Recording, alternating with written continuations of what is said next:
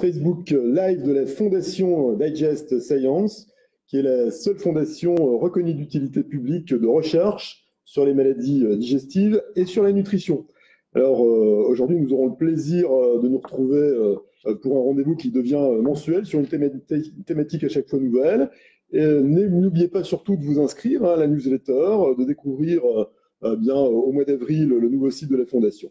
Quant à moi, je suis le docteur Frédéric Rimet. Je suis médecin sexologue. Je travaille à Lille au Centre d'études et de traitement des dysfonctions sexuelles et du couple. Et donc, je suis un médecin spécialiste des difficultés de la médecine sexuelle. Donc, j'aurai le plaisir de vous parler ce soir d'un sujet important qui, à mon sens, touche de nombreuses personnes, qui est celui des maladies digestives et de la sexualité.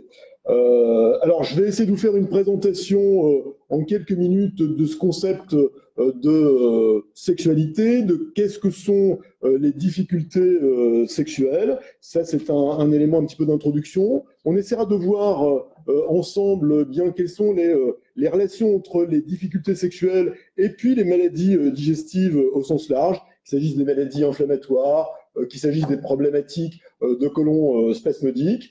On verra également comment on peut essayer de réagir en face de ces difficultés, les possibilités de traitement. Et puis, bien surtout, le plus important, c'est que nous attendons vos questions pour essayer de coller à vos préoccupations et essayer d'apporter des informations qui puissent vous servir dans votre vie de tous les jours et dans votre vie intime. Alors, quand on parle de sexualité, de maladies sexuelles, de difficultés sexuelles, on se pose tout de suite la question de la sexualité. Qu'est-ce que ça veut dire que d'avoir une sexualité normale ou pas normale? Est-ce que ça a vraiment un sens que de parler de normalité? C'est une question qu'on se pose toujours, notamment en matière d'intimité. Est-ce que mon fonctionnement sexuel, est-ce que ma fréquence de rapports sexuels, est-ce que le temps que ça dure, le nombre de rapports sexuels sont normaux? Et ça, cette inquiétude, elle est présente pour tous les hommes et pour toutes les femmes. Alors, ce que l'on peut dire, c'est que nous n'aimons pas vraiment parler de normalité en matière de sexualité, parce que ça voudrait dire qu'on va rentrer les hommes et les femmes dans une norme avec, une obligation de correspondre à un modèle qui s'imposerait à tout le monde.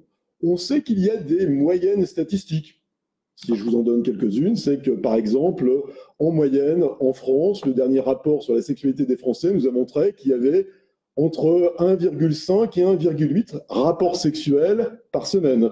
Que, par exemple, la durée moyenne d'un rapport sexuel, c'est de 8 à 15 minutes. Alors, une fois qu'on a dit ça, on a donné, une moyenne, mais on ne parle pas vraiment de la sexualité de chacun.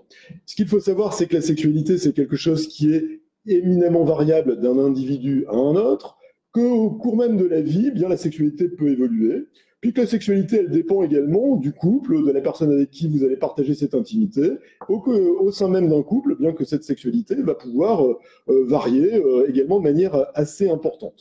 Alors, quand parler de bonne santé sexuelle ou parler de difficultés sexuelles, parler de bonne santé sexuelle, ça voudrait dire que, par exemple, il n'y a pas de plainte autour de la sexualité.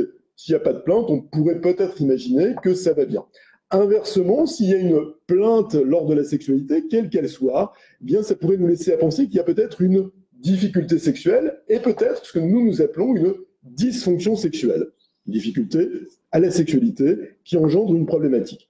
Dès que l'on parle de difficulté sexuelle, en fait, il faut bien envisager le fait que la notion de souffrance psychologique, de difficulté intime est extrêmement importante et d'être au cœur du diagnostic et de la prise en charge.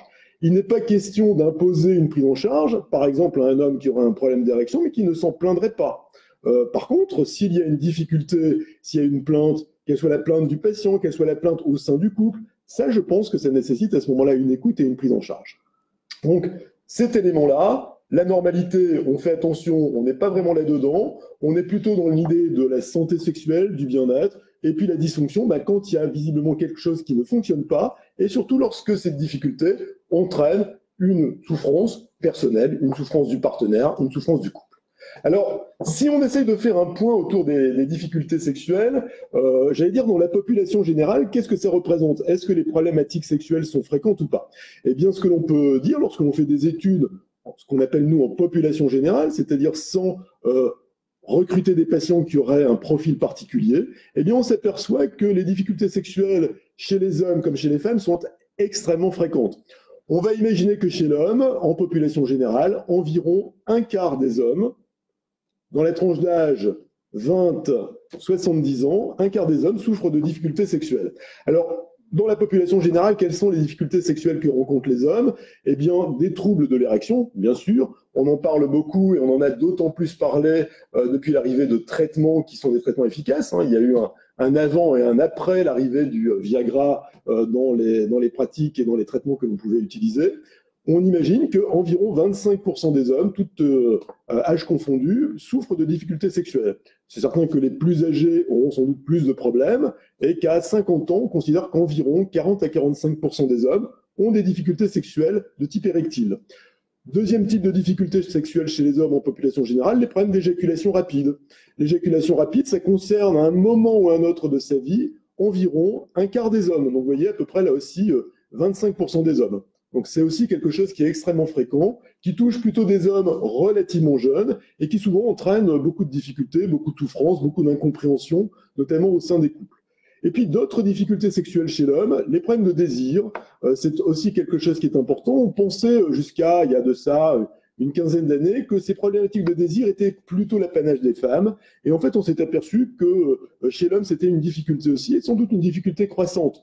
On considère là encore qu'environ 15 à 20% des hommes souffrent de troubles du désir sexuel. Et puis pour certains, des difficultés peut-être un petit peu moins fréquentes, mais qui existent aussi, des problèmes de plaisir, des problèmes d'orgasme absent ou d'orgasme retardé, des problèmes de douleur également parfois chez les hommes. Donc ça, c'est quelque chose qui est finalement, vous voyez, important. 25% des hommes avec des difficultés sexuelles. Si on passe du côté féminin, en population générale, bien, les difficultés sexuelles sont également fréquentes. 4 grands cadres de difficultés sexuelles chez les femmes. Les problèmes de douleur, les problèmes de plaisir, les problèmes de désir, les problèmes d'orgasme. Les problèmes de douleur, c'est là aussi extrêmement fréquent. Et là aussi, on considère que 20 à 30% des femmes, à un moment ou un autre de leur vie, vont souffrir de difficultés de type douleur. Là encore, pour vous donner un flash qui va peut-être vous donner une notion un petit peu de cet élément douloureux, environ un examen gynécologique sur 10 se traduit par des douleurs. Donc c'est quelque chose qui est fréquent, qui est parfois sous-estimé et qui souvent bien embête les femmes, parfois gâche complètement leur vie, et puis gâche et met en difficulté la vie des couples. Donc la douleur, c'est extrêmement fréquent. Vous verrez que bien sûr, dans le contexte des maladies digestives, bien c'est sans doute quelque chose qu'on va retrouver aussi. Les problèmes de désir, c'est aussi quelque chose qui est extrêmement fréquent et, j'allais dire, préoccupant. On considère que selon les enquêtes les plus récentes, que de 35 à 45% des femmes, vous voyez, c'est extrêmement important, presque une femme sur deux, souffre à un moment ou un autre d'un trouble du désir ou estime que le niveau de son désir sexuel n'est pas au niveau qu'elle attend. Donc, il y a une réelle problématique autour de tout ça. Les troubles du plaisir, les problèmes d'orgasme, bien là aussi, bon an, mal an, on est aux alentours de 30-35% des femmes, tout âge confondu. Donc l'idée que ça touche plus les femmes âgées, la période de ménopause notamment, c'est une idée un petit peu battue en brèche actuellement. On sait que dans ces périodes-là, il y a sans doute des difficultés. Le corps de la femme change, le fonctionnement hormonal a changé, donc la sexualité est impactée. Mais la sexualité des femmes jeunes, notamment en ce qui concerne les problèmes de désir, les problèmes de douleur, eh bien c'est extrêmement important. Et que la majorité des difficultés, notamment de douleur chez les femmes, touche dans à peu près 75% des cas des femmes de moins de 35 ans. Donc des femmes qui sont en pleine période de leur vie intime, en pleine période de leur vie amoureuse, en pleine période de leur vie de procréation également. Et donc c'est véritablement des difficultés qui vont impacter de manière importante la qualité de vie. Donc vous voyez, les problèmes sexuels sont des problèmes extrêmement fréquents et donc ça vaut le coup de s'en occuper. Alors, ça vaut d'autant plus le coup de s'en occuper que l'on considère que, malgré cette fréquence des difficultés sexuelles, eh bien, on a environ 10 à 15% seulement des hommes et des femmes qui sont pris en charge pour ces difficultés, pour lesquelles on peut leur apporter une aide et parfois une solution. Donc il y a une grande discordance entre ces deux difficultés-là. Ça veut dire que, et vous le savez bien tous, que parler d'intimité, ben, c'est pas facile. Parler de sexualité, parler de sa sexualité, de son intimité, surtout lorsqu'elle ne marche pas bien, lorsqu'elle pose problème, ben c'est une souffrance personnelle, et puis on a du mal à communiquer, on n'a pas forcément les mots pour en parler, et c'est sans doute le sentiment de ne pas être normal, un sentiment de honte qui s'installe et qui fait que la communication n'est pas facile. Et puis, à rebours, les médecins, notamment, ne sont pas toujours formés pour parler de cette intimité. Ça peut les inquiéter. Ils peuvent se sentir en difficulté pour aborder ces sujets. Ils ont souvent d'autres difficultés aussi.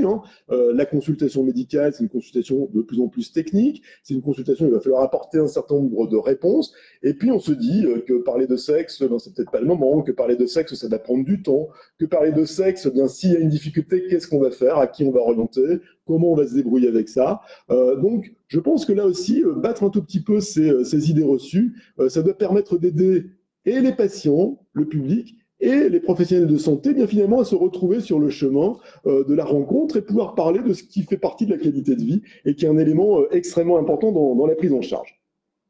Alors, une fois qu'on a parlé de la sexualité et des difficultés sexuelles en général, si on en revient à notre sujet du jour, la sexualité et les problèmes de maladies digestives. Alors, effectivement, c'est une association qui est extrêmement importante et globalement, les différentes études de ces dernières années qui se sont intéressées à la qualité de vie intime, à l'impact sur la sexualité des maladies digestives, qu'il s'agisse des maladies inflammatoires, de la maladie de Crohn, de la rectocolite, comme des pathologies de type côlon irritable notamment, troubles de type malabsorption, toutes ces pathologies digestives bien impactaient de manière importante la sexualité. On considère qu'en moyenne, selon les études, environ 40% des hommes disent que bien la maladie digestive entraîne une difficulté dans leur vie intime. Une difficulté qui va d'une difficulté modérée à une difficulté sévère pour environ 15 à 20% des hommes, sur toutes les études qu'on peut relire.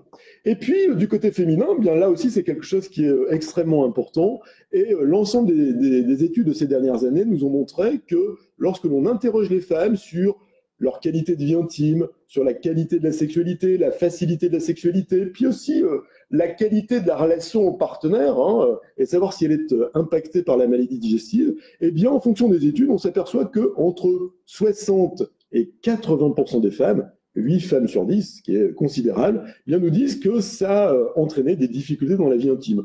Parfois des difficultés extrêmement graves, parfois des difficultés qui soient plus modérées, mais qui sont quand même impactantes dans la vie intime. Donc vous voyez, c'est quelque chose qui est extrêmement important de ce côté-là. Alors, ce que l'on sait également, c'est que, comme dans tout le cadre des pathologies chroniques, mais notamment dans le cadre des pathologies digestives qui impactent beaucoup les hommes et les femmes, parce qu'elles sont extrêmement invalidantes le plus souvent, il y a d'autres choses qui vont venir perturber la qualité de vie intime. Et on s'est aperçu que ce duo infernal, difficultés sexuelles et maladies digestives, était d'autant plus aggravé, d'autant plus présent, qu'on retrouvait chez beaucoup des patients bien des problèmes d'anxiété sévère, d'anxiété chronique. Dans au moins un quart des cas, les patients sont inquiets de leur état de santé, sont inquiets de l'avenir, sont inquiets de l'impact que cela va avoir sur leur vie familiale, sur leur vie amoureuse, leur fertilité éventuellement. Et ce contexte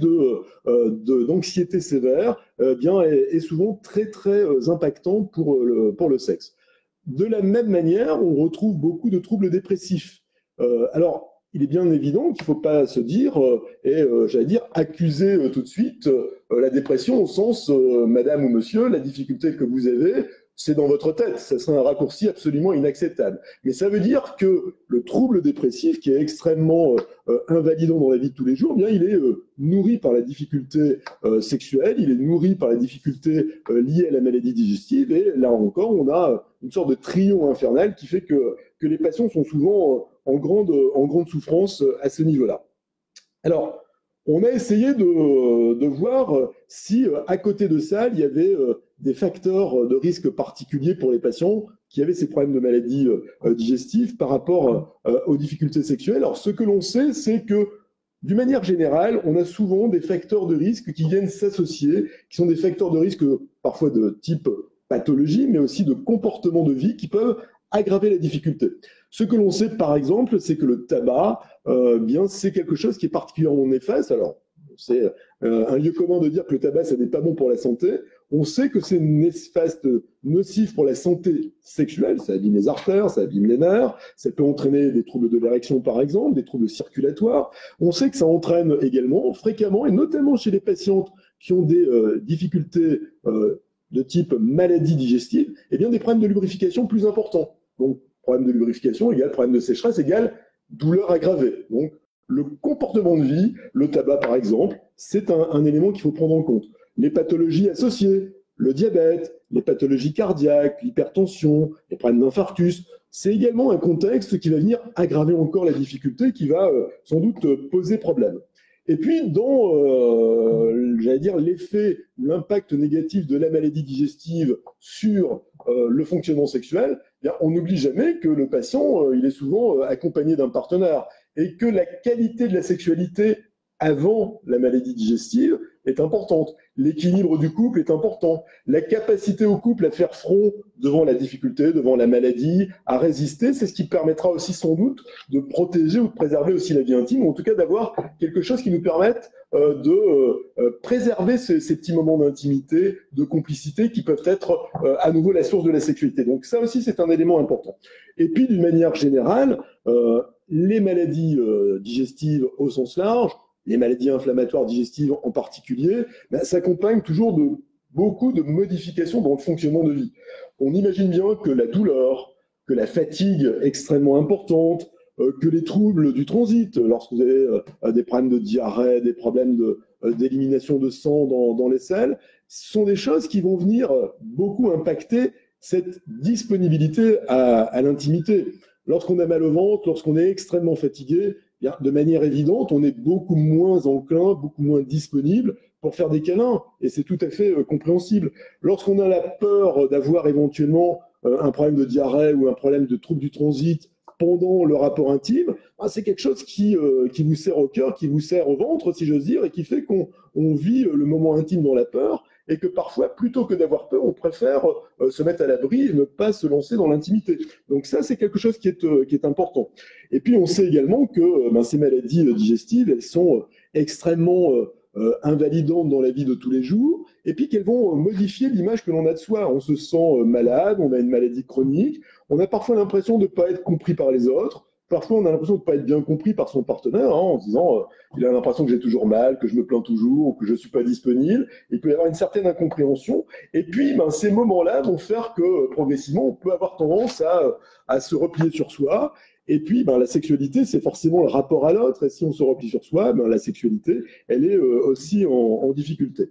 Alors, si on fait le tour de ces difficultés-là, bien c'est pour essayer de comprendre un tout petit peu comment vont pouvoir réagir les hommes et les femmes, et puis quel type de difficultés ils vont rencontrer sur le plan sexuel dans le cadre de ces maladies digestives. Alors, ce que l'on sait, c'est que chez les hommes et les femmes, le trouble du désir, c'est extrêmement important. Le désir, c'est quelque chose qui est extrêmement fragile, qui dépend d'un bon fonctionnement du corps, de l'idée qu'on est en bonne forme, qu'on a une bonne image de soi, qu'on se sent à l'aise, qu'on se sent épanoui, qu'on va donc être disponible. Lorsque l'on se sent malade, lorsque l'on se sent fatigué, lorsqu'on n'est pas disponible, eh bien effectivement, le désir, c'est ce qui souffre en premier.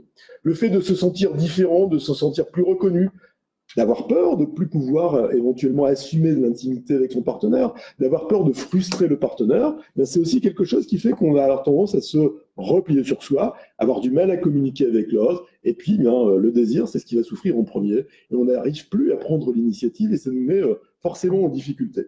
Ce que l'on sait également, c'est que la douleur, on en parlait tout à l'heure, c'est quelque chose qui est extrêmement important, qui impacte les hommes un peu, mais qui impacte beaucoup les femmes. Les pathologies digestives entraînent des douleurs abdominales, bien entendu. Elles peuvent entraîner également des douleurs dans le pelvis, donc dans la partie basse de l'abdomen, là où se trouvent les organes génitaux.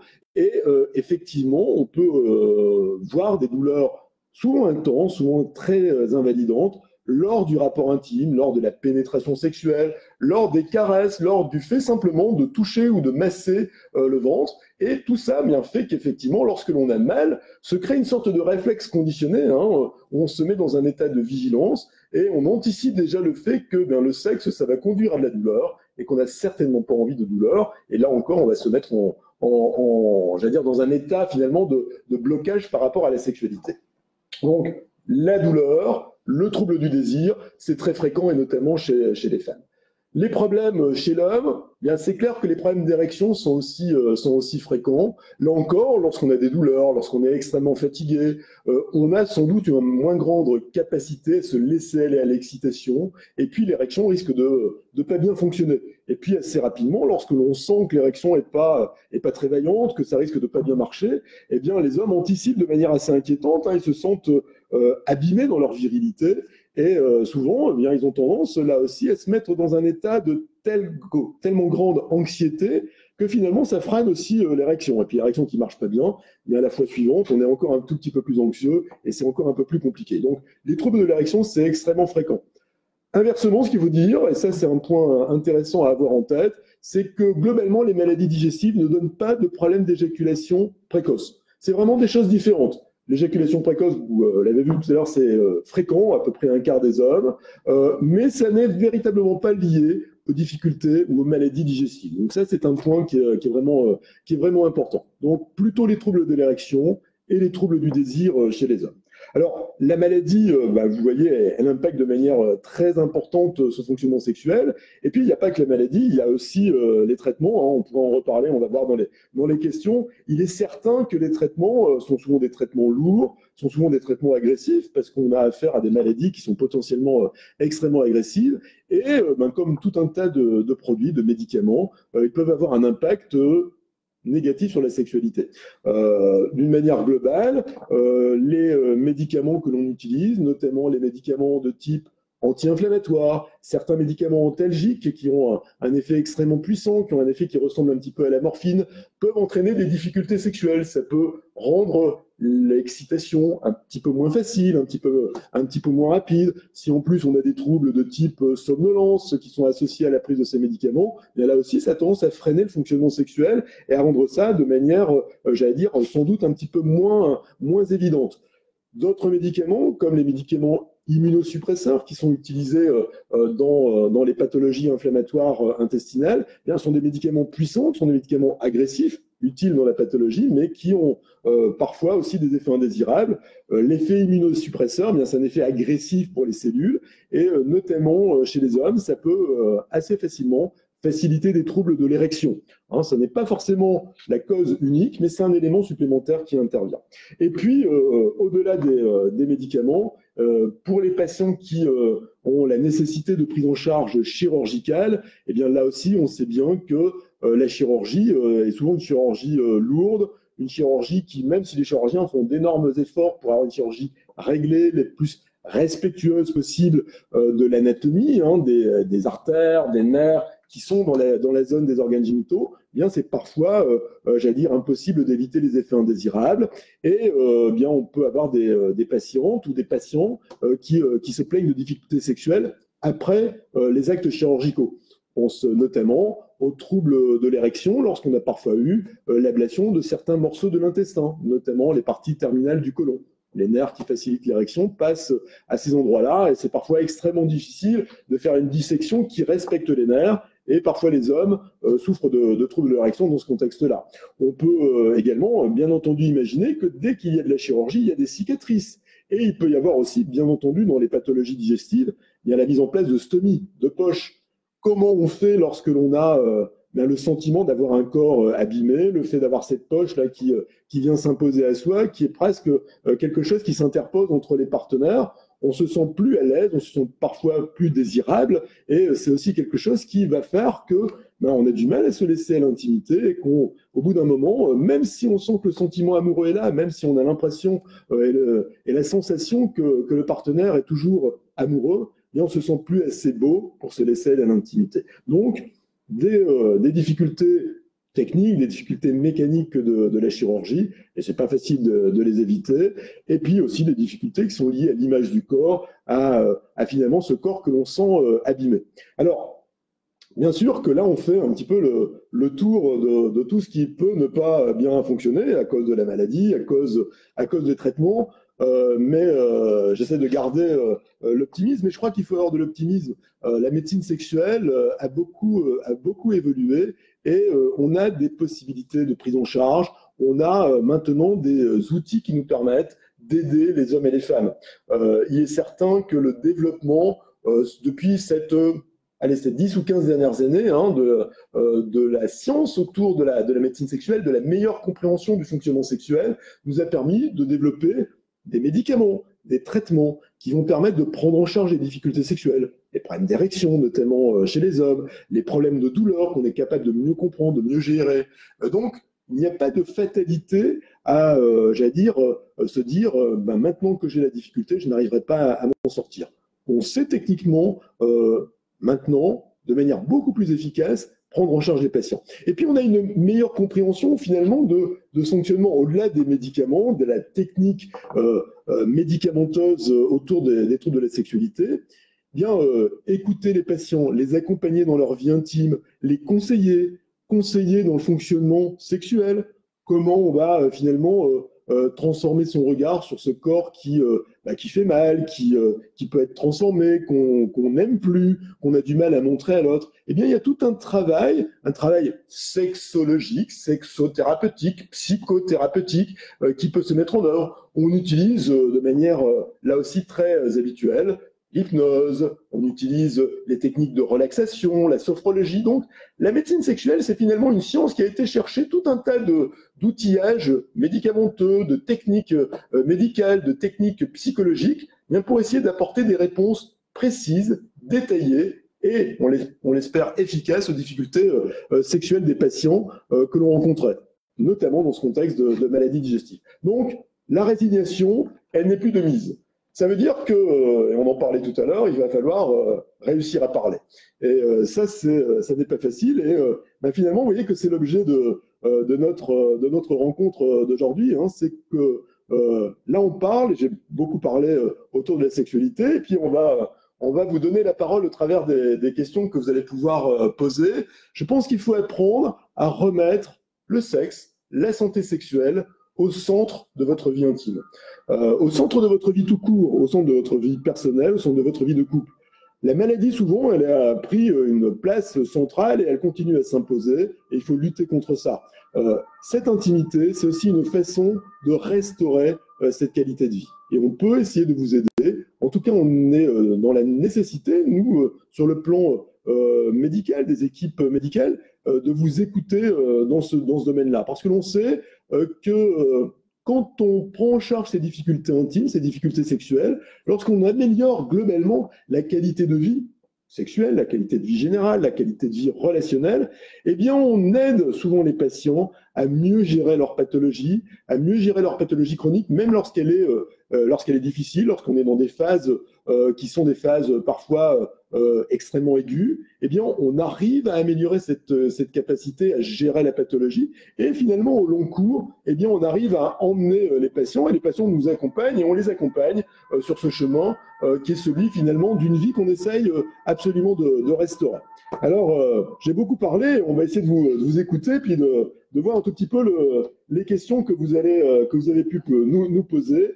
Alors, rassurez-vous, les questions, on les rend anonymes. Il n'est pas question de citer des noms, des prénoms, je ne sais quoi, c'est pas le problème. Je pense que chacun pourra se reconnaître. Et puis, vous avez vu, les problèmes de sexualité, c'est tellement fréquent que tout le monde peut se reconnaître à un moment ou à un autre dans une difficulté.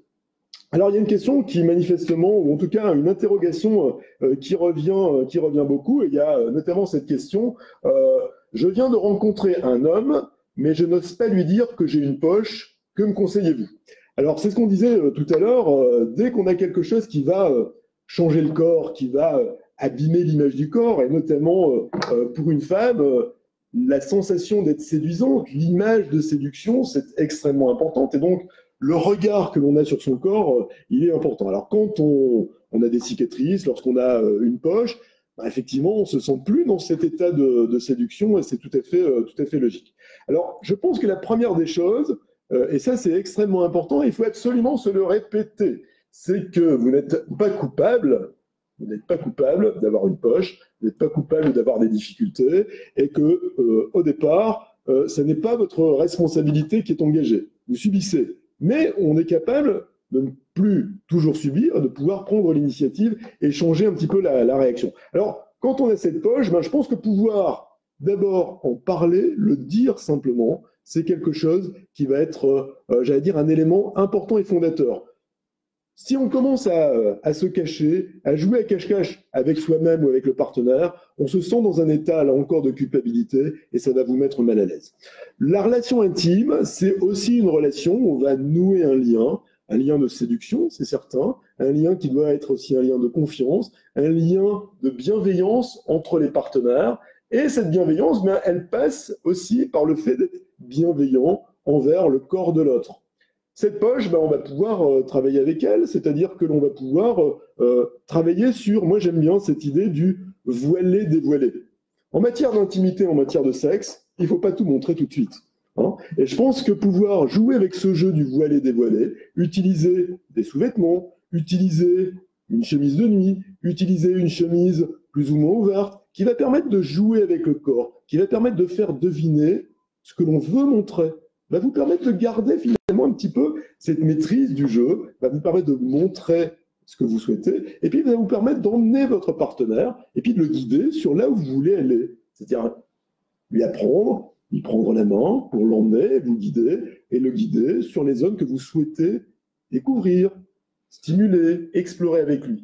Donc finalement, on va laisser de côté cette poche, on ne va pas la mettre au devant de la scène, elle est là, on peut en parler, mais en même temps, elle ne va pas faire obstacle. Donc, finalement, se remettre dans une situation, on va pouvoir jouer à nouveau de sa séduction, on va pouvoir jouer à nouveau ce jeu de l'érotisme. Là encore, je répète, avec ce côté du voilé-dévoilé, de ce jeu-là, dont vous allez garder les rênes, c'est ce qui va sans doute vous permettre de fonctionner. Donc, finalement, c'est à mon sens quelque chose qui va vous permettre peut-être de plus facilement vous laisser aller à cette intimité et vous sentir progressivement à nouveau plus séduisante. Il est important de garder un regard amoureux sur vous-même, un regard de désir sur vous-même.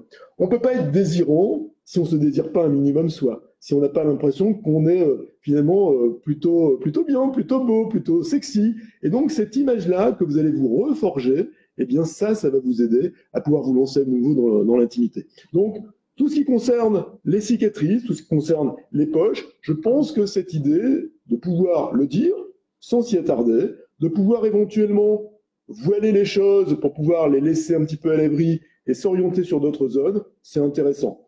L'idée des cicatrices, c'est un petit peu la même chose. Hein. Utiliser éventuellement des sous-vêtements qui vont pouvoir masquer l'une ou l'autre chose. Là encore, on n'a pas la nécessité d'être entièrement nu pour avoir une relation intime. Donc on est dans un jeu que vous allez pouvoir maîtriser. La cosmétique, on a tendance à utiliser assez facilement aussi, eh bien, des crèmes cosmétiques pour plus ou moins masquer les cicatrices. C'est quelque chose qu'on utilise par exemple beaucoup chez les femmes qui ont eu des chirurgies par exemple au niveau du sein. Donc au niveau de l'abdomen, ça peut tout à fait être concevable également. Donc ce qui va vous permettre de vous occuper de vous prendre en charge, de faire que vous allez vous mettre progressivement en route pour cette intimité. Ça me semble quelque chose d'intéressant. Donc voilà pour cette question autour de la stomie. C'est quelque chose qui me semble fondamental. Alors, une autre question qui tourne là aussi autour de la chirurgie, qui vient d'un homme. Est-ce que la chirurgie digestive peut rendre impuissant? Alors, ce qu'on appelle l'impuissance, soyons bien clairs sur les définitions médicales, ce sont les troubles de l'érection. Alors, on sait que certaines interventions chirurgicales ont comme effet secondaire, complication, parfois de rendre les hommes impuissants au sens d'avoir une difficulté érectile. Notamment, c'est ce que je vous disais, lorsque l'on a une chirurgie du côlon et des parties terminales du côlon, et plutôt du côlon gauche, du côlon sigmoïde, les nerfs érecteurs sont très proches à l'arrière et collent dans cette zone-là. Souvent, quand il y a des pathologies inflammatoires extrêmement importantes, on a bien toute la région qui finalement est inflammée et complètement collée. Et le chirurgien, quand il fait son travail, il essaye de le faire le plus précisément possible, là, il a du mal à décoller la zone. Et même parfois, lorsqu'on arrive à protéger le nerf, bien le simple fait de la chirurgie, le fait d'avoir titiller le nerf fait que, comme un câble électrique, il va parfois moins bien fonctionner. Et ce nerf, s'il fonctionne moins bien, il peut entraîner un problème d'érection. Alors oui, ça arrive. C'est une complication classique de ce type de chirurgie. Alors ça touche en fonction des équipes, des études, environ 10 à 20% des hommes. Alors là encore, ce qui est important, c'est que ça peut apparaître quelques semaines, quelques mois après l'intervention chirurgicale. Pourquoi? C'est parce que parfois les hommes n'ont pas repris d'intimité ou de sexualité dans les quelques jours, les quelques semaines qui ont suivi la chirurgie, et finalement ne se sont pas trop préoccupés de leur érection. Il y avait d'autres choses qui étaient plus importantes, les suites opératoires notamment. Et puis c'est quand on reprend l'intimité qu'on se rend compte finalement que l'érection soit marche pas du tout, soit a du mal à se mettre en route, ou a tendance à pas être très très stable pendant le rapport sexuel. On a l'impression de pas bien sentir. Et puis quand ça marche pas bien, forcément que c'est extrêmement inquiétant et que l'anxiété vient encore aggraver les troubles. Alors, une fois qu'on a constaté ces difficultés-là, je crois qu'il faut pouvoir en parler rapidement. Ça, c'est extrêmement important. Plus on attend, plus on est dans le stress, plus on est dans la difficulté. En parler rapidement, parce qu'il y a deux choses importantes à avoir en tête. C'est d'abord qu'il y a une possibilité de récupération du nerf avec le temps. Ça, c'est quelque chose que l'on sait. On sait que les nerfs qui commandent cette érection, même lorsqu'ils sont abîmés, lorsqu'ils ont été chahutés pendant l'intervention chirurgicale, ils ont une capacité de récupération, et parfois jusqu'à 24 mois après l'opération. Donc, on peut se dire, parfois spontanément, jusqu'à 24 mois après, on peut récupérer une érection. Par contre, ce que l'on sait également, c'est que quand l'érection ne marche pas très bien, le sexe d'un homme, c'est un peu comme une éponge. Si le sang n'arrive pas au bon endroit, à la bonne pression, l'éponge ne fonctionne pas bien. Et lorsqu'on a des érections, c'est du sang oxygéné qui arrive dans le sexe, dans l'éponge érectile. Et c'est ce qui va permettre d'avoir une bonne santé de cette éponge. Lorsqu'on n'a pas d'érection pendant longtemps, pendant des mois, cette éponge ne fonctionne pas, et à force de ne pas bien fonctionner, de manière classique, vous imaginez que vous avez laissé l'éponge loin du lavabo, dans un coin, elle se dessèche, elle se racornit, et puis le sexe se rétracte, et ça fonctionne encore un peu moins bien. Donc, s'occuper de l'érection des hommes qui ont des troubles érectiles après la chirurgie, c'est quelque chose qui est important. Relancer l'érection, c'est quelque chose qui va permettre aussi de, sans doute, préserver le potentiel érectile pour l'avenir. Alors, on sait le faire, on sait utiliser notamment des médicaments qui vont permettre de traiter ces problèmes de l'érection. Alors, on peut utiliser des médicaments lorsque c'est possible de la famille du Viagra. Ce sont des comprimés qui vont permettre un apport de sang un peu plus important au niveau de l'éponge, qui vont permettre aux fibres de l'éponge de se distendre un peu plus facilement et qui, s'il y a de la stimulation sexuelle, vont permettre souvent de faciliter l'érection et donc de remettre en route une érection.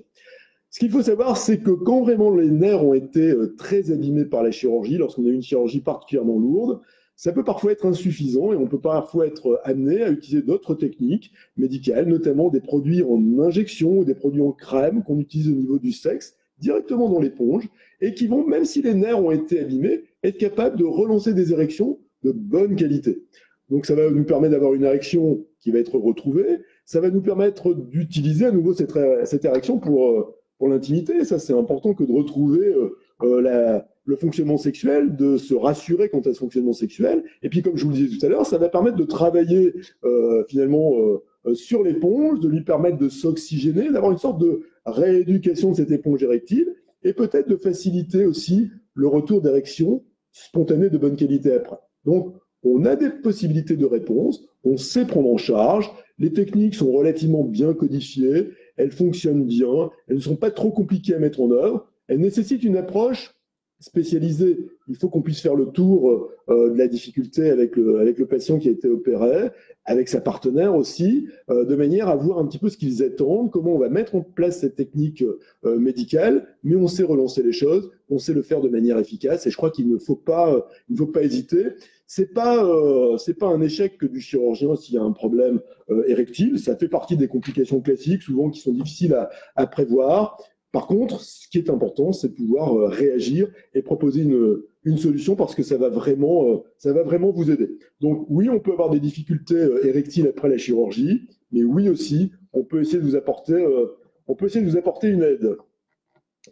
Alors, une autre question tournait autour de ce qui était du domaine de la fatigue, de la douleur. Notre auditeur nous dit bonjour, la fatigue et la douleur sont bien souvent une barrière à toute érection. Comment réagir? Alors oui, il est évident que lorsqu'on n'est pas en forme, lorsqu'on est très fatigué, lorsqu'on a eu des douleurs importantes, lorsqu'on se sent pas bien, on a du mal à se laisser aller à l'intimité, on a du mal à se laisser à de l'excitation intime, et puis de ce fait-là, bien effectivement, la mécanique érectile a du mal à se mettre en œuvre. Même si globalement cette mécanique est encore en état de fonctionner, eh bien c'est plutôt le contexte qui fait que ça fonctionne pas bien. Alors ça veut dire que, bien sûr, il faut essayer de prendre en charge au maximum l'état de fatigue, il faut essayer de prendre en charge au maximum le contexte douloureux, il faut que ces symptômes, on arrive à les prendre en compte, on arrive à les atténuer. Ça veut dire qu'il va falloir s'occuper un petit peu de soi, que quand on a de la fatigue de manière importante, il faut prendre un petit peu ce temps, mais que le moment du câlin, au sens du moment de l'intimité, de prendre soin de soi et de son partenaire, eh bien c'est aussi un moment qui va permettre de se retrouver, qui va permettre de se réparer aussi. J'aime bien le terme de câlin, en matière d'intimité. Câliner l'autre, c'est prendre soin. Alors, on y voit parfois tout de suite une image directement sexuelle. Moi, j'y verrais d'abord plutôt un moment de bien-être, un moment de tendresse, puis peut-être un moment de sensualité, puis peut-être un moment de sexualité après.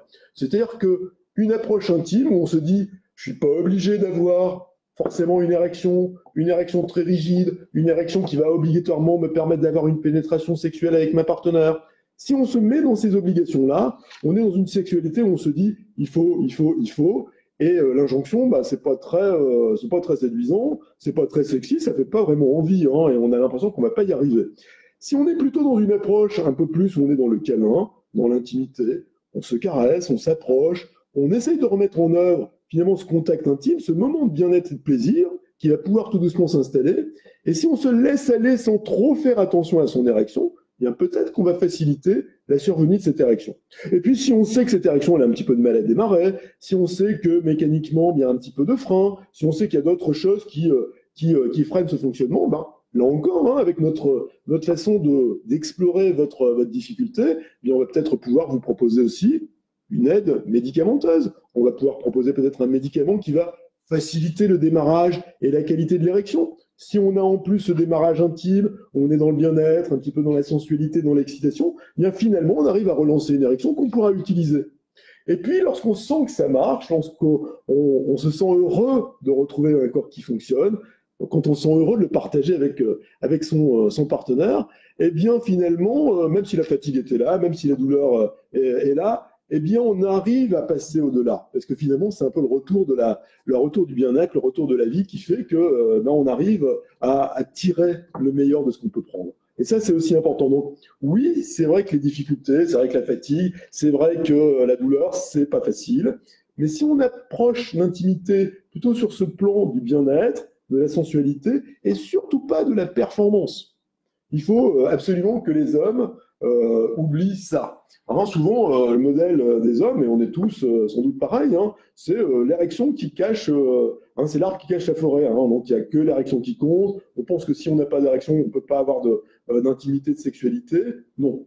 On peut avoir un autre type de sexualité. On peut avoir une sexualité dont l'objectif est de partager le plaisir. Et puis, en plus, on va pouvoir sans doute apporter une solution technique, médicale, médicamenteuse à ce problème d'érection. Donc ça, je pense que c'est aussi quelque chose qu'on va pouvoir essayer de mettre en place. Il ne faut pas hésiter à en parler. Il ne faut pas hésiter à en parler avec les médecins parce que ça, c'est réellement le type de démarche qu'on essaie de mettre en œuvre dans ce genre de difficultés. Donc, pas de résignation là aussi, mais peut-être un changement un tout petit peu de modèle autour de tout ça. Alors, toujours un petit peu dans cette même ordre d'idées, une auditrice qui nous parle de sa libido et de la maladie de Crohn. Depuis que j'ai appris que j'avais une maladie de Crohn, j'éprouve beaucoup moins d'intérêt pour les relations sexuelles. Est-ce normal? est-ce que cette maladie peut toucher les organes sexuels? Alors, quand on a une pathologie chronique, et là en particulier la maladie de Crohn, il est certain que quand on fait un diagnostic de maladie chronique, une maladie qui est une maladie sévère, une maladie dont on ne sait pas très bien quelles en sont les explications, les ressorts, eh bien on a l'impression d'être foudroyé finalement par le mauvais sort, et puis on a une sorte de sidération, hein, on prend un coup de massue sur la tête, et il y a d'autres choses que la sexualité et l'intimité à ce moment-là. On est plutôt dans un mode où il faut d'abord encaisser le coup. On peut avoir à l'annonce du diagnostic assez souvent des problèmes d'anxiété importante, hein, parce qu'on se pose des questions sur l'avenir. La maladie de Crohn, ça touche souvent des femmes jeunes, des femmes qui vont être en âge d'avoir des enfants. Donc on se pose des questions sur est-ce que ça ne va pas mettre ça en danger? Est-ce que je vais réussir à avoir des enfants? Est-ce que je vais réussir à avoir une vie intime? Donc beaucoup de questions qui sont angoissantes et pour lesquelles au départ on n'a pas trop de réponses. Et donc ça fait peur. Et quand on a peur, bien il y a d'autres choses à penser que le sexe. Pour certaines, ça va être aussi parfois bien une réaction sous forme d'une véritable dépression, hein, où on a du mal à accepter la maladie, on a du mal à accepter le diagnostic, puis on se sent invalide, impacté par les symptômes, hein, on ne se sent plus comme on était avant, et puis le trouble dépressif peut s'installer. Et on sait que les troubles dépressifs chez les femmes entraînent très souvent des problèmes de désir. Pour avoir envie de sexe, il faut se sentir dans une dynamique où on se sent bien, où on a une humeur positive, on va trouver un sens positif à la vie, on va pouvoir se projeter. Le désir, c'est se projeter sur quelque chose dont on a envie. Et souvent, lorsqu'on a un problème de dépression, c'est compliqué à fonctionner de cette façon-là. Et sans doute que beaucoup de femmes qui ont ces troubles dépressifs dans les débuts de la maladie, mais aussi lorsque la maladie dure ou pose des problèmes, bien voient leur libido, j'allais dire, souvent au ras des pâquerettes, hein. Là encore, on a d'autres chats à fouetter, il faut gérer la douleur, il faut gérer les traitements, on se sent pas bien, on a du mal à communiquer avec sa partenaire ou son partenaire, et donc on a du mal à envisager du sexe.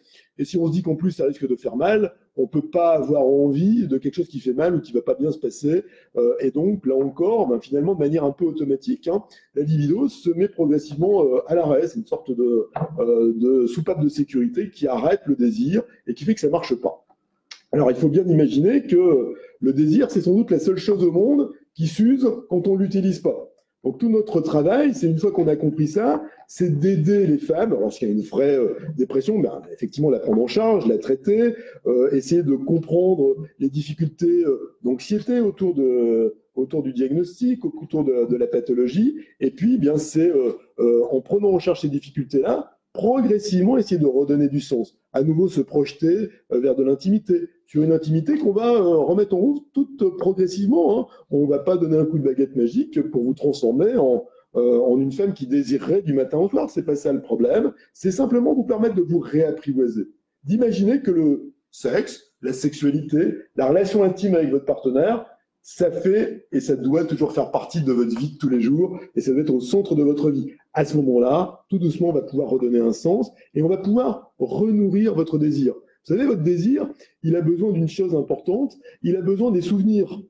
Quand on ne se rappelle que de choses désagréables, de choses douloureuses, ou quand le sexe, ça fait très très longtemps qu'on n'en a pas eu de manière satisfaisante, on finit par oublier que ça pouvait être vraiment très bien, que ça pouvait être un moment particulier avec le partenaire. Et donc, le désir, il est un peu en panne à cause de ça. Il n'y a plus d'essence dans le réservoir. Si tout doucement on vous remet en route, si tout doucement vous retrouvez le chemin du bien-être, du câlin, de la complicité, tout doucement, vous allez remplir à nouveau vos valises de ces petits souvenirs qui sont des souvenirs positifs. Et puis de ces petits souvenirs positifs, on va tout doucement reconstruire un désir. Vous allez aller pêcher des choses dont vous allez avoir envie de les revivre. Et donc tout doucement, vous allez pouvoir aller un tout petit peu plus loin à chaque fois et relancer finalement ce fonctionnement du désir. Donc oui, ça peut être impacté, mais oui, là encore, si on vous aide, parce que c'est pas facile de le faire soi-même, et c'est pour ça que c'est important d'en parler, de nous en parler, on va essayer de vous aider à retrouver ce chemin-là, puis à fonctionner. Alors, est-ce que, dans la question qui nous était posée, la maladie peut toucher les organes sexuels, alors notamment dans le cadre de la maladie de Crohn, hein, qui est une drôle de maladie, qui touche le tube digestif, mais qui est une maladie qui peut là aussi toucher les organes un petit peu autour de ce tube digestif. oui, hein, ça peut donner des problèmes au niveau de ces organes génitaux. C'est un petit peu le même type de pathologie que les pathologies inflammatoires gynécologiques, hein, dont on ne sait pas toujours très bien à quoi elles sont dues, mais qui sont des maladies qui touchent un organe, le tube digestif, ou qui peuvent toucher l'appareil génital dans un certain nombre de pathologies gynécologiques, et qui finalement viennent toucher, interférer aussi avec les organes autour. Donc finalement, oui, on peut avoir un impact négatif de la pathologie sur l'organe génital par lui-même. Et ça, c'est sans doute un point qu'il va falloir prendre en compte. Et le bon traitement, le bon suivi, la prise en charge la plus serrée possible de la maladie de Crohn, bien c'est aussi quelque chose qui va permettre de tout faire pour contrôler ce processus inflammatoire et donc d'éviter que ça aille se répandre un peu partout. Alors, la maladie de Crohn, oui, c'est quelque chose qui est fréquemment présent, qui est fréquemment, j'allais dire, impliqué. Alors, là encore, on sait maintenant que dans toutes ces pathologies, finalement, on a essayé de faire, quand on a revu toutes les études, on a essayé de faire un point, finalement, pour faire une sorte de portrait robot des patients ou des patientes qui seraient souvent les plus à risque de présenter des difficultés sexuelles, pour que les médecins, justement, soient un petit peu plus sensibilisés en disant là, on a peut-être une patiente ou un patient qui a peut-être un peu plus de difficultés ou sans doute un peu plus de risque de faire un problème sexuel. Et comme on sait que c'est pas facile d'en parler, eh bien, ça peut permettre à ce moment-là, au gastro-entérologue, au médecin qui va vous suivre, de vous poser des questions autour de ces difficultés. C'est pas la volonté de venir empiéter sur votre vie intime, c'est simplement pour vous dire que s'il y a un problème, il ne faut pas avoir peur d'en parler. Alors, on sait que dans ce contexte-là, bien sûr que les patients ou les patientes qui ont une maladie digestive, notamment les maladies inflammatoires, la maladie de Crohn, la rectocolite, très sévère dans son évolution, ont souvent plus de difficultés sexuelles que les autres. Il y a plus de douleurs, il y a souvent plus de traitements lourds, il y a plus de chirurgie chez ces patients, et donc c'est souvent plus compliqué. Il semble, selon les études, qu'il y ait plus de problèmes dans le cadre de la maladie de Crohn que dans la rectocolite hémorragique. Il y a des soucis génitaux, des soucis sexuels dans la rectocolite, mais globalement, manifestement, un peu moins que dans la maladie de Crohn. On sait globalement, hein, c'est ce qu'on disait tout à l'heure, qu'il y a plus de femmes qui ont des difficultés intimes que d'hommes. Vous avez vu tout à l'heure que les hommes, c'était véritablement autour de la mécanique, des problèmes d'érection, des problèmes de désir aussi, parce que ça peut faire mal. Les femmes, elles, sont impactées dans tous les domaines de leur vie intime. La douleur, l'image qu'elles ont d'elles-mêmes, le désir. Et donc, dans les maladies de Crohn, et particulièrement chez les femmes, eh bien, 70-80% des femmes nous disent oui, ça a un impact négatif et ça me pose problème. Donc, s'intéresser aux femmes qui ont des maladies de Crohn, s'intéresser à leur intimité, leur dire qu'on est là pour les aider s'il y a une difficulté, c'est important. Et puis, il y a des patients, des patientes qui ont souvent un vécu de la maladie digestive, mais c'est parfois aussi de la maladie chronique au sens large, qui ont un vécu difficile, un vécu psychologique difficile, parce qu'elles peuvent aussi avoir une vie qui a été une vie compliquée, une vie de couple qui est difficile, une vie qui a été parfois marquée par des moments d'incompréhension, où donc toute la dimension psychologique de l'intimité est importante, et ce qui fait que on se sent sans doute encore un peu plus vulnérable à ce moment-là, et que c'est sans doute quelque chose d'un petit peu plus difficile encore, et que finalement, quand il y a en plus un problème sexuel, c'est la goutte d'eau qui fait déborder de vase, et on a l'impression d'être complètement submergé par le problème, submergé par la difficulté, et puis les difficultés s'entretiennent elles-mêmes, hein, c'est-à-dire qu'on est tellement mal que finalement la sexualité va encore plus mal, et puis c'est un cercle vicieux dont on n'arrive plus à sortir. Donc, ces patients, les maladies de Crohn, plutôt les femmes, quand il y a des difficultés extérieures plus importantes, lorsqu'il y a une maladie sévère, je crois qu'il faut être sensible. C'est important pour les médecins d'être à l'écoute, hein, et de pouvoir essayer d'aller vous poser parfois des questions pour essayer de vous aider à en parler. Et puis, n'ayez pas peur. Hein, c'est important. Le sexe, la sexualité, l'intimité, ça fait partie de votre vie. Ça fait partie de votre vie intime. Ça fait partie de votre qualité de vie. Et donc, des questions, toutes les questions sont bonnes. Je dis toujours qu'il y a toujours que des réponses idiotes. Alors, on essaie de ne pas être trop idiot. C'est pour ça qu'on essaie de travailler et de bien comprendre comment ça se passe pour essayer de vous apporter des réponses et parfois des solutions. Posez des questions. N'ayez pas peur. Ça n'embête pas les médecins. de plus en plus de médecins sont sensibilisés à ça, sont formés à ça, ou ont la capacité de vous orienter. C'est-à-dire que maintenant, si le médecin a une difficulté, le médecin gastro-entérologue a une difficulté à prendre en charge une problématique de sexualité, c'est compréhensible, hein, il règle déjà plein de choses, il gère la pathologie digestive et c'est pas forcément facile. Bien, on sait maintenant qu'en matière de médecine, quelle que soit la discipline médicale, on travaille en équipe, hein, il y a une véritable interconnexion. Et la médecine sexuelle, bien, de manière naturelle, elle vient s'intégrer là-dedans, hein, et bien aller voir un sexologue ou un médecin sexologue, un spécialiste de la santé sexuelle. Ben, c'est pas une punition, il faut vraiment le voir comme étant une aide. On est là pour essayer de vous écouter, on est là pour essayer de vous aider, et puis vous savez qu'on a des possibilités techniques de prise en charge qui s'affinent de plus en plus, et qu'on a des réponses qui sont de plus en plus efficaces. Donc ça me semble extrêmement important. Alors, une autre intervention, alors, finalement, là, c'est aussi intéressant parce que on parlait de la libido là qui était dans les pâquerettes et qui marchait pas bien. On se demande est-ce qu'il n'y a pas un effet inverse parfois. Est-ce que parfois on peut pas avoir trop de libido. C'est ce que dit notre auditrice en se disant que par moment, je me demande ce qui se passe, si c'est psychologique, trouver finalement une sorte de dérivatif, de moyen pour oublier les choses. Alors, oui, c'est pas forcément faux. On sait, vous l'avez vu, que la libido, c'est quelque chose qui est le résultat des hormones, c'est quelque chose qui est le résultat du contexte de bien-être, du contexte physique, du contexte émotionnel. Il faut se sentir désirable, il faut se sentir disponible, il ne faut pas être trop fatigué. Donc, il faut être bien. Il y a tous ces éléments-là qui sont importants. Quand il y a quelque chose qui manque, quand la pathologie digestive vient, souvent, on a une réponse par le fait que ça marche moins bien. Mais inversement, vous avez raison, il y a des patients et des patientes notamment qui, au contraire, ont des périodes où le fonctionnement sexuel est meilleur. Alors, comment ça peut s'expliquer ? Pour certaines, ça peut être, comme vous le dites, finalement une sorte d'autodéfense contre le mal-être, contre la maladie. Et même si on ne se sent pas forcément toujours en forme, on se rend compte que quand on a de l'intimité, quand on a de la sexualité, quand on se sent désirant, et bien finalement, on se sent mieux. Alors, ça s'explique un peu sur un plan simplement chimique. Quand on est dans le désir, quand on est dans le bien-être sexuel, bien votre cerveau, il sécrète tout un tas d'hormones, tout un tas de neurotransmetteurs qui sont extrêmement intéressants. Vous allez sécréter de la dopamine. Ça va vous permettre de vous sentir bien, de vous permettre de vous endormir plus facilement. Ça va vous aider à avoir une sécrétion de sérotonine un petit peu plus importante. Hein. Vous savez, la sérotonine, c'est ce neuromédiateur qui permet de sentir un peu. Ça va permettre de sécréter des endorphines, hein, donc une sorte de morphine naturelle qui vont faire que finalement, on va peut-être moins sentir sa douleur. Donc finalement, le cerveau, lui, se dit, tout compte fait, ça marche pas si mal que ça. Donc finalement, il y a un réflexe qui peut se créer en disant, quand j'ai de l'intimité, je me sens mieux. Et concrètement, effectivement, il y a des éléments chimiques qui peuvent expliquer ce mieux-être.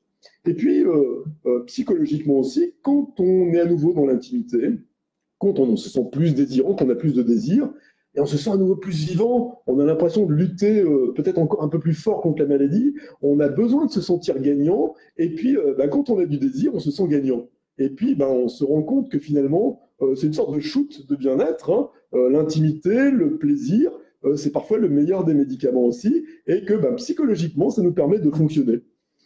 Si ça marche, si on se sent bien, je crois que c'est bien. Et à ce moment-là, le sexe et le désir, ça peut être un excellent médicament aussi. Donc, ça aussi, c'est quelque chose qui est important. Et puis, parfois, on a des patients ou des patientes qui ont, des pathologies évolutives avec des périodes de poussée. Et quand on a une période où ça va un petit peu mieux, il y a une sorte d'urgence à vivre à nouveau une vie normale. Et donc, à ce moment-là, l'organisme, le cerveau, le corps se met dans un état de branle-bas de combat. Et puis, on se dit, il faut absolument rapidement profiter de l'instant présent parce qu'on ne sait pas comment la maladie va évoluer. Et puis, on se met dans un état, finalement, un petit peu d'urgence du désir. Et puis, on désire. Et puis, ça permet de fonctionner aussi comme ça. Donc, oui, vous avez raison. Souvent, le désir, il est en difficulté, mais il peut être aussi, finalement, boosté par tous ces éléments-là, que ce soit des éléments chimiques dans le cerveau, que ce soit des éléments psychologiques. Ça peut être une façon de lutter. On le connaît bien, hein, vous savez, lorsqu'on voit parfois des patients qui ont aussi des troubles dépressifs, même pour d'autres raisons, on sait qu'à peu près 15 à 20% des patients, finalement, soignent finalement leur dépression sans trop s'en rendre compte par plus de sexe. Alors que souvent, quand on est déprimé, on a moins de sexe, on a moins envie parce qu'on est déprimé, moins envie parfois parce que les antidépresseurs ont un effet négatif là-dessus. Eh bien, de manière inconsciente, il y a certains patients qui fonctionnent plus dans le sexe parce qu'ils en tirent un bien-être sans trop savoir parfois pourquoi, et ça engendre une sorte d'autothérapie de la dépression. Donc, oui, finalement, la sexualité qui se réflexe autour du désir qui renaît, eh bien, c'est finalement un réflexe de vie qui vous aide à lutter contre la maladie chronique. Ça, c'est quelque chose qui est important. Alors, une autre question d'une auditrice, peut-on avoir des relations sexuelles avec une fistule?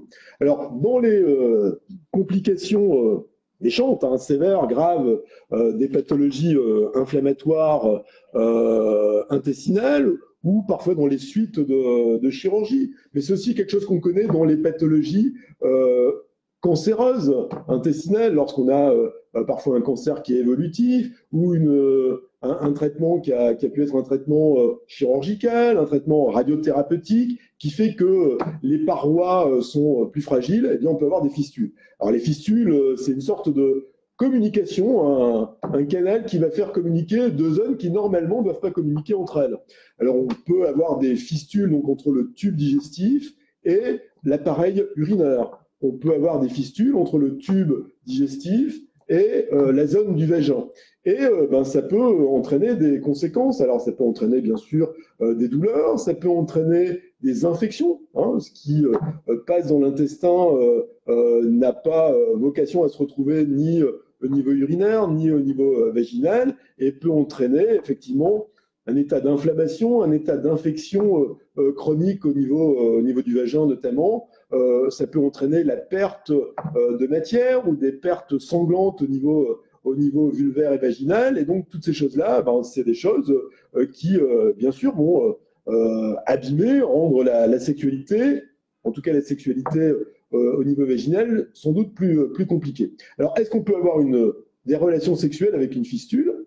Ben oui. Alors, ça veut dire que quand il y a une fistule, bien sûr, il faut essayer de la prendre en charge, c'est sûr. C'est pas toujours facile et parfois on a des fistules chroniques. Ça veut dire aussi qu'il va falloir adapter cette vie sexuelle. Ça veut dire que si la pénétration est possible sans douleur, ou si on a une sécheresse particulière parce qu'effectivement il y a une inflammation, une irritation, eh bien, il faut que nous on se débrouille pour vous permettre d'avoir moins de douleur à la pénétration, permettre une pénétration plus facile, avoir un travail de désinfection régulière au niveau vaginal.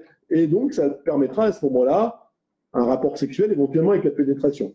Si on a une fistule qui est vraiment gênante, qui est douloureuse, il y a des saignements, ou il y a éventuellement une rétraction du vagin qui fait que c'est trop sensible, eh bien, on peut imaginer, et c'est important de le mettre en œuvre aussi, une sexualité, c'est-à-dire des relations sexuelles sans forcément une pénétration sexuelle. Je dis toujours aux patients que déjà se chuchoter des mots d'amour à l'oreille, c'est déjà faire l'amour.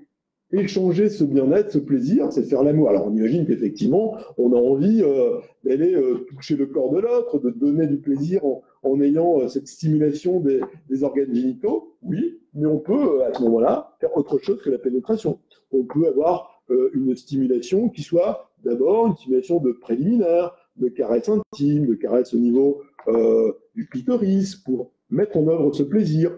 On peut imaginer parfois, lorsqu'on a besoin dans le rapport intime, à ce qu'il y ait une sensation du rapport intime par lui-même, eh bien, permettre une absence de pénétration, mais cette sensation du rapport, par exemple, par le fait de frotter le sexe de l'homme entre les cuisses de la partenaire. Il n'y a pas forcément cette pénétration vaginale, mais il y a la sensation d'un échange autour de tout ça. Donc, dans ces cas-là, lorsqu'il y a ces difficultés, on essaye de vous écouter pour l'un et l'autre, les deux partenaires, pour savoir comment vous vivez cette difficulté, comment vous vivez votre intimité, ce que vous en attendez, comment vous pensez, comment vous souhaiteriez partager avec votre partenaire. Puis on essaye de vous proposer effectivement des façons de faire un petit peu différentes. Et ces façons de faire, ça doit être quelque chose de personnalisé. Et puis notre volonté, c'est que ça respecte l'un et l'autre, et puis surtout que ça vous mène ensemble sur un chemin de bien-être et de plaisir.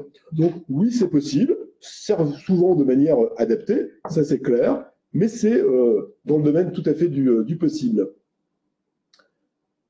Alors, une autre de nos auditrices nous pose la question autour des complexes vis-à-vis des cicatrices chirurgicales, des hémorroïdes, des fissures anales, ou justement, effectivement, l'envie d'aller à la selle, dont on a peur que ça vienne au moment du rapport intime, et forcément, ça freine le rapport intime. Alors, tout ce qui va venir, effectivement, abîmer l'image du corps, hein, les cicatrices notamment, c'est quelque chose qui est gênant. C'est plus gênant pour les femmes que pour les hommes.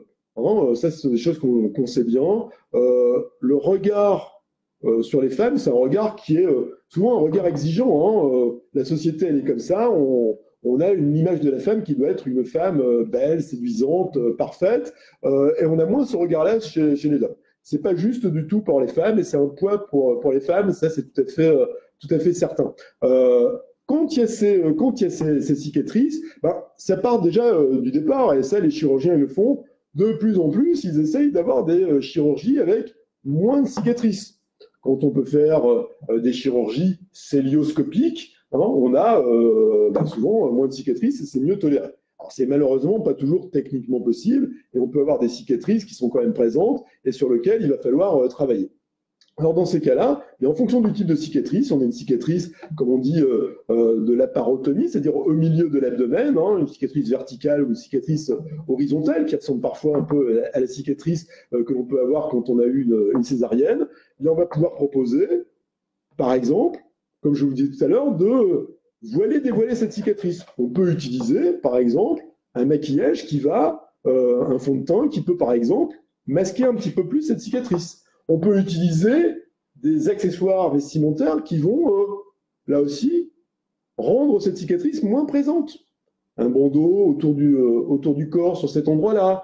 On peut utiliser une gaine qui protège le ventre, tout en étant sexy aussi, bien entendu. Ça, c'est super important, que vous sentiez désirable, que vous sentiez belle. Mais on peut travailler autour de tout ça. Et ça, je crois qu'il faut pouvoir tout doucement reconstruire un petit peu tout ça pour vous, et que ça vous permette de passer un petit peu ce cadre de l'image négative que vous pouvez avoir autour de vous. Alors après, quand il y a effectivement des difficultés autour du transit intestinal, par exemple, et puis de la peur de l'incontinence, par exemple, pendant les rapports intimes, ça, c'est quelque chose qu'il faut aussi avoir en tête. Alors, l'idée, là encore, ça part d'avoir un contrôle des symptômes digestifs le meilleur possible, hein. Et donc, les gastroentérologues, ils sont là pour essayer bien sûr, de vous aider à avoir ce contrôle optimal. C'est pas toujours forcément facile. Il y a une sorte de préparation à l'intimité qui peut être mise en place.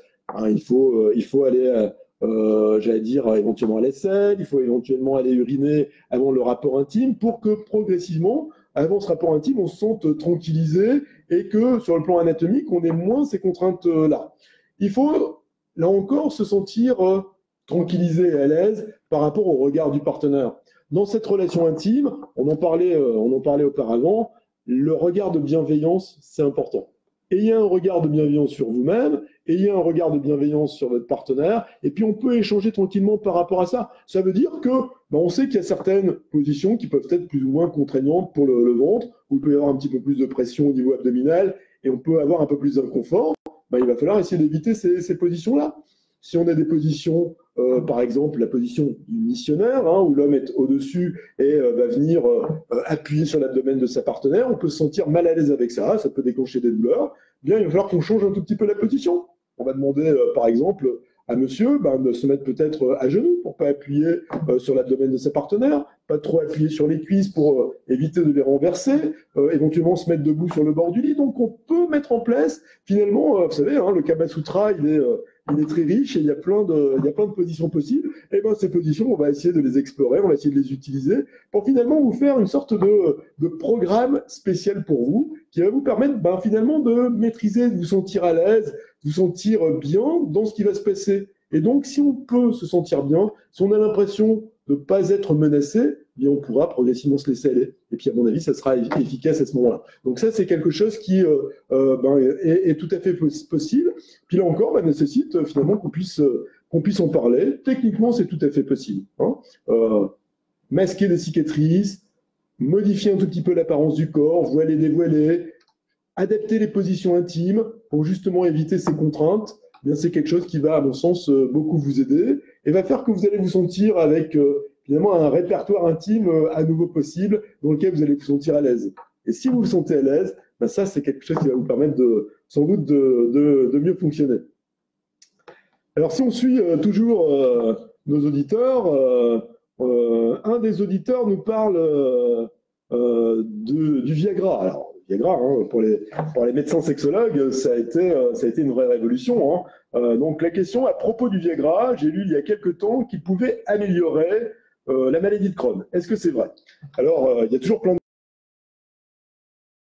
Quand le Viagra est arrivé sur le marché, ça a été une révolution qui a changé la prise en charge des problèmes d'érection pour les hommes. Donc, ça a changé la prise en charge des difficultés sexuelles au sein des couples. On a retrouvé de l'espoir en disant qu'on avait un traitement qui était efficace, qui marchait bien. En même temps, dès qu'on apporte des solutions et qu'on parle de la sexualité, il y a toujours plein de fantasmes, d'idées autour de ça. Et rappelez-vous, à l'époque, quand le Viagra est arrivé, on se dit « Oh là là, attention, c'est dangereux, vous risquez de faire un infarctus, il peut y avoir des conséquences. » Et donc, il y a tout de suite eu beaucoup d'inquiétudes autour de ça. Puis il y a toujours plein d'idées, plein de bruit qui court autour de ces médicaments. Alors, le Viagra, c'est un médicament qui agit au niveau des fibres du corps caverneux, donc de l'éponge érectile, qui permet à ces fibres de se distendre plus facilement, qui va permettre un afflux sanguin un peu plus important, donc ça a un effet circulatoire. Est-ce que ça a un effet dans le contexte de la maladie de Crohn? Alors ça a été évoqué à un moment, mais rien n'a été prouvé. Ça a été évoqué par le fait que ça pouvait avoir un effet sur la circulation, donc l'arrivée de sang au niveau de la paroi digestive, et que ça aurait de ce fait peut-être un effet positif de réparation des lésions. Rien n'a été prouvé, d'accord? Donc c'est quelque chose qui pour l'instant reste du domaine d'une supputation. Il n'y a pas d'études en cours dans ce contexte-là, donc pour l'instant il n'est pas question d'utiliser le Viagra pour traiter une maladie de Crohn. Vous pensez que pour l'instant, ça a réellement un effet, j'allais dire, intéressant, traitant de la maladie de Crohn. Hein. Par contre, le Viagra, c'est vrai, le Viagra ou les produits de cette famille-là sont des médicaments qu'on utilise beaucoup dans la population masculine qui a des problèmes d'érection et qu'on utilise aussi très régulièrement chez les hommes qui ont des problèmes d'érection dans le cadre des maladies digestives.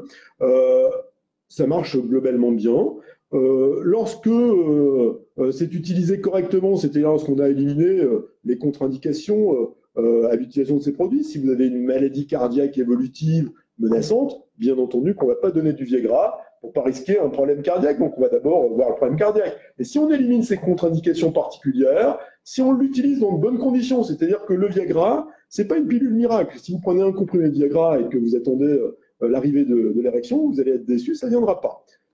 L'idée, c'est de prendre le Viagra et puis qu'on mette en œuvre de l'excitation, qu'on mette en œuvre le jeu sexuel. Il faut ce désir de sexe, cette excitation, pour que justement ça facilite le fonctionnement sexuel.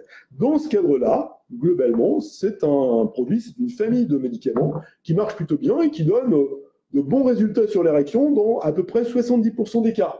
Donc c'est quelque chose effectivement de très utilisé et puis d'intéressant, qui peut rendre service aux hommes. Alors, bien sûr, on a toujours, quand on fait de la recherche, quand on fait de la médecine, eh bien, on essaye parfois de triturer les molécules et puis de les utiliser dans d'autres contextes. Le Viagra, c'est un médicament du trouble de l'érection. Les médecins sexologues, les gens qui font de la recherche autour des troubles de la sexualité sont intéressés au Viagra chez les femmes, en se disant, peut-être que ça peut être intéressant, ça agit sur la circulation, ça permet l'érection. Chez la femme, peut-être que ça pourrait nous intéresser parce que chez certaines femmes qui ont des problèmes au niveau de la lubrification, qui peuvent avoir des problèmes au niveau de la sensibilité du clitoris, qui ont un problème d'excitation qui est faible parce qu'elles ont un clitoris qui ne fonctionne pas de manière très très réactive, si on leur donne du Viagra, peut-être que ça va améliorer les choses. Alors, il y a eu pas mal d'études dans ce contexte-là, et puis les unes après les autres, elles se sont arrêtées parce que finalement les résultats n'étaient pas très satisfaisants. Hein. Donc pour l'instant, ça reste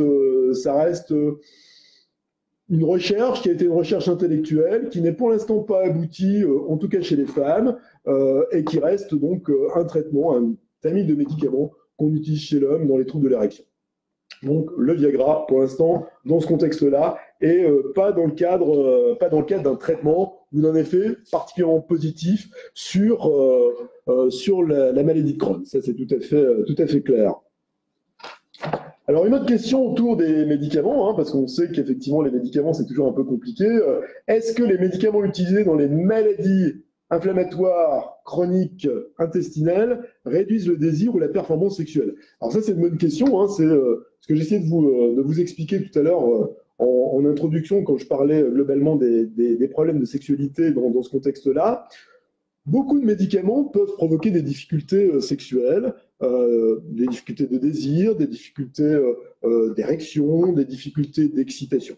Je vais vous prendre deux exemples qui vont vous parler en population générale. Les médicaments qu'on utilise, par exemple, pour les problèmes d'hypertension, eh bien, en fonction des produits, peuvent avoir des effets négatifs sur la sexualité. Un certain nombre des antihypertenseurs, par exemple, provoquent des problèmes d'érection.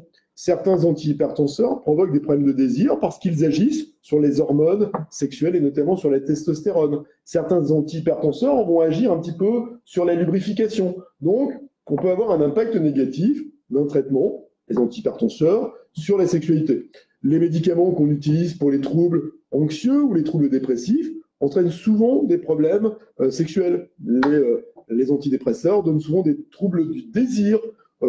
L'antidépresseur fait qu'on peut être parfois somnolent, qu'on peut être un petit peu ralenti. Et donc, à ce moment-là, la motivation à la sexualité, le désir, il marche moins bien. Et c'est un effet indésirable assez fréquent. On considère que, 30 à 40% des patients sous antidépresseurs disent qu'il y a un impact négatif.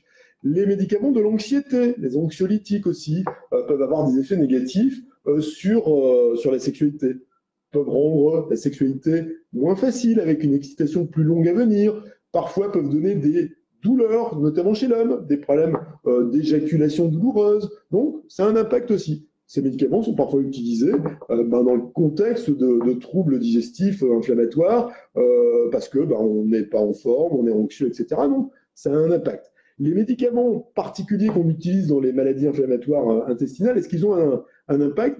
On sait que tous les médicaments du cadre des immunosuppresseurs, donc ce sont des médicaments qui ont un impact extrêmement puissant sur les cellules, ont une toxicité importante.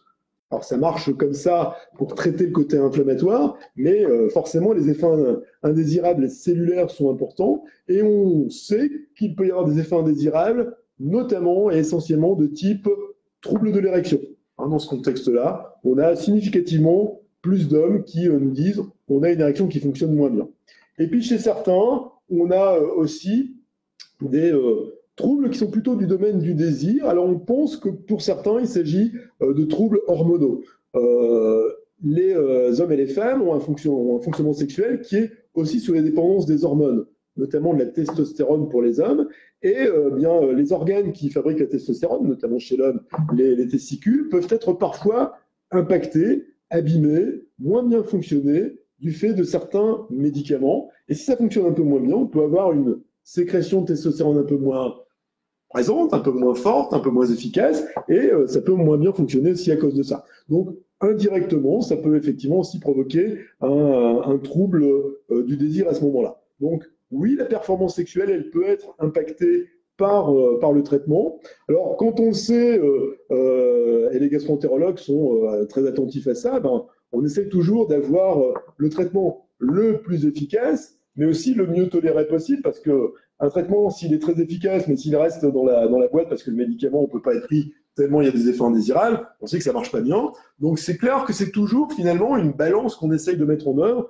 entre la tolérance et la performance, en sachant qu'on a parfois des circonstances qui font qu'on a des maladies inflammatoires extrêmement agressives et pour lesquelles il y a des moments où on est dans des traitements un peu de sauvetage du patient, et donc à ce moment-là, on est dans une obligation de traiter avec des produits qui sont effectivement délétères, agressifs pour le sexe, pour la sexualité. C'est à ce moment-là que nous aussi, on peut intervenir et essayer de proposer une stratégie qui va permettre, tout en gardant le traitement de la maladie inflammatoire digestive, bien de protéger le fonctionnement sexuel ou de le relancer ou lui permettre de se remettre en place. Hein. Donc ça, c'est quelque chose qui me semble aussi important. On est capable de travailler de cette façon-là aussi. Là encore, en équipe, hein, vous avez bien compris que notre objectif à tous, c'est autour du patient, chacun avec nos compétences, notre approche, et bien d'essayer de vous apporter des solutions lorsqu'il y a des difficultés qui se posent. Donc oui, les traitements sont potentiellement en cause, mais on est capable d'y répondre le plus souvent. Hein, ça, c'est tout à fait clair. Donc, autre question qui était posée en même temps, est-ce que le traitement joue sur la libido? Ben oui, vous l'avez compris, hein, le traitement impacte la libido, mais au-delà du traitement, plus important encore, ben, c'est tout le contexte. Hein, c'est la maladie qui va venir impacter la libido, c'est la maladie qui va faire qu'on ne se sent pas bien, et si effectivement le traitement ajoute des effets indésirables, hein, là encore, c'est un peu la goutte d'eau qui fait déborder le vase, et la libido, ben, elle a du mal à résister, et c'est à ce moment-là qu'on doit être là à vos côtés pour vous aider, pour essayer de passer le cap. Alors ça, c'est tout à fait important. Alors, tout ce qui tourne autour des traitements, des difficultés sexuelles, oui, c'est clair que c'est important. Je pense qu'au-delà de tout ça, on l'a dit, on le répète, hein, c'est de pouvoir en parler. Vous savez, c'est toujours une difficulté. Hein, c'est une difficulté pour les patients, c'est une difficulté pour les soignants, pour les infirmières, c'est une difficulté pour les médecins de parler d'intimité parce que ça touche le cœur de chacun, ça touche des choses qui sont des choses sacrées, des choses secrètes, des choses cachées, et c'est pas simple d'en parler. Il y a quelques années, hein, il y avait une enquête qui s'était intéressée à ça, une enquête en Suisse, hein, où on posait la question à des patients en leur disant si vous avez une difficulté sexuelle, est-ce que vous êtes prêt à en parler à votre médecin traitant dans l'étude? Eh bien, 95% des patients disaient eh bien, moi, si j'ai une difficulté sexuelle, si mon médecin traitant me pose la première question, bah, je suis prêt à lui en parler et à voir le problème avec lui. Bon, très bien. On posait les questions à un groupe de médecins traitants en leur disant bah, si votre patient a une difficulté sexuelle, est-ce que vous êtes prêt à en parler avec lui pour essayer de l'aider, de trouver une solution? 90% des médecins disaient bah, écoutez, si mon patient me pose la première question, bah, je suis prêt à y répondre et puis à engendrer le dialogue. Donc vous voyez que chacun attend que ce soit l'autre qui pose la question ou qui s'intéresse à la question sexuelle et puis finalement on reste chacun de son côté de la barrière, on a du mal à en parler. Alors je pense que pour les médecins, les soignants, les infirmières, pouvoir aborder cette question, c'est important. Et on essaye nous, spécialistes de la sexualité, de leur donner les outils pour les aider à aborder de manière un petit peu plus simple les choses. Puis inversement, moi, c'est le conseil que je donne aux patients, c'est de pouvoir en parler aussi facilement, simplement. On ne va pas rentrer forcément dans le vif du sujet, mais on va parler de câlin, on va parler de son intimité, on va parler de ces éléments-là. Ça fait partie de votre vie intime, ça fait partie de votre qualité de vie, c'est ce qui va faire que vous allez vous sentir bien. Et si on arrive à s'occuper de ça, ça va vous permettre aussi de mieux gérer le reste de votre vie. Et puis, vous savez que vous pouvez en parler, ça c'est important. Vous aurez une écoute. Je crois qu'il ne faut pas se bloquer là-dessus. Vous aurez des gens en face de vous, et de plus en plus de gens qui sont formés à entendre, qui sont formés à apporter un certain nombre de réponses, qui sont formés à vous accompagner. Donc vraiment, le message, c'est de se dire, il ne faut pas se résigner. C'est important, ça fait partie de la vie. On est confronté à une difficulté qui est la maladie. C'est pas facile, ça mange une bonne partie de la vie, ça fait peur pour l'avenir. On ne sait pas comment ça va se passer. La vie va s'écouler, puis on va perdre des moments importants de sa vie. Pas de résignation. On doit pouvoir lutter, on doit pouvoir vous aider, on doit pouvoir vous accompagner. Et le fait d'être en chemin et d'être en chemin ensemble, je crois que c'est une façon d'avancer, de faire gagner la vie sur la maladie. Ça, c'est hyper important. Alors, même quand il s'agit de maladies qui sembleraient finalement pas graves, on va mettre pas grave avec beaucoup de guillemets, hein. On se dit quand on a une maladie de Crohn, quand on a une rectocolite, si on a été opéré d'un cancer de l'intestin, pathologies qui sont des pathologies méchantes, qui entraînent des problèmes sévères, on peut comprendre qu'il y a des problèmes, et puis on peut comprendre qu'il faille les prendre en charge. Si on parle de quelque chose qui touche plein de gens, plein d'hommes, plein de femmes, ce qu'on a appelé le côlon irritable, la colopathie spasmodique, le mal de ventre. Hein, on se dit, mince, c'est pas grave, parfois on a l'impression de faire semblant, de faire exprès, je ne sais quoi. Il y a aussi pas mal de difficultés sexuelles dans ce contexte-là, notamment les femmes qui ont ces difficultés douloureuses, spasmodiques au niveau de l'intestin. Bien souvent, elles rencontrent des difficultés sexuelles. On s'est aperçu que il y avait souvent des difficultés douloureuses pendant la sexualité. Nous, ce qu'on appelle les vestibulodynies, c'est-à-dire des douleurs à l'entrée du vagin, hein, quand on a le début du rapport sexuel, au début de la pénétration, on a assez souvent des femmes, hein, quand je dis assez souvent, c'est 10-15% des femmes qui nous disent ça fait mal. Eh bien, chez beaucoup de ces femmes-là, on se rend compte qu'elles ont aussi des difficultés d'intestin qui fait mal, d'intestin réactif, d'intestin spasmodique. Donc, c'est intéressant d'aller s'intéresser à ça et de se dire, oui, on est dans un contexte plus global de douleur. Alors, la recherche continue, hein, et on s'est aperçu, et on sait, hein, je savais depuis longtemps que l'intestin, c'était un peu le deuxième cerveau qu'on avait dans le ventre, et que dans la paroi de l'intestin, on retrouve une grande partie de la fabrication de la sérotonine. Alors, j'ai parlé tout à l'heure des neuromédiateurs là, qui permettent de se sentir bien, la sérotonine qui nous permet de nous sentir plus zen. Eh bien, il y a beaucoup de cette sérotonine qui est fabriquée dans des cellules de la paroi intestinale. Ça explique sans doute aussi, comme la sérotonine, on sait qu'elle est impliquée dans les contextes de messages douloureux, de sentiments de bien-être, d'un sentiment d'anxiété, dans les troubles dépressifs également.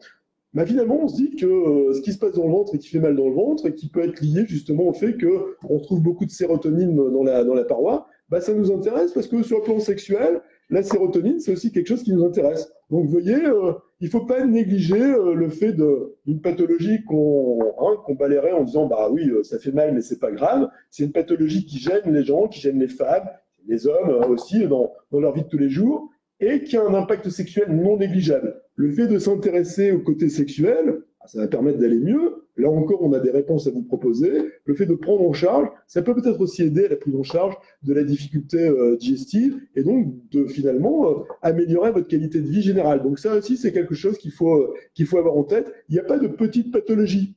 Il y a des pathologies qui sont plus ou moins aiguës, plus ou moins présentes, mais qui sont souvent capables de vous donner des problèmes de qualité de vie et de qualité de vie intime, hein, en ce qui nous concerne. Il ne faut pas négliger. Il n'y a pas de petites difficultés. Quand il y a une difficulté, quand il y a une souffrance, quand il y a quelque chose qui pose problème, je crois qu'il faut savoir en parler. Et on doit être là, nous, pour essayer de répondre à vos interrogations. Donc ça aussi, c'est quelque chose qui est plutôt pas mal. Donc, écoutez, j'espère qu'on a fait un tour. Alors, on ne fait jamais tout le tour de la difficulté, mais moi, j'ai envie, j'espère que vous avez été sensible à tout ça. Je sais que c'est un questionnement important pour plein d'hommes, plein de femmes, que ces problèmes de sexe. Je répète, mon message, ça doit être absolument un message d'espoir. Il faut en parler. Il y a des gens pour en parler avec vous. On a des solutions, pas de résignation. Et je pense que ce chemin-là, ce chemin du bien-être, c'est un chemin du bien-être pour tous les hommes et toutes les femmes qui ont droit à tout ça. Merci à tous.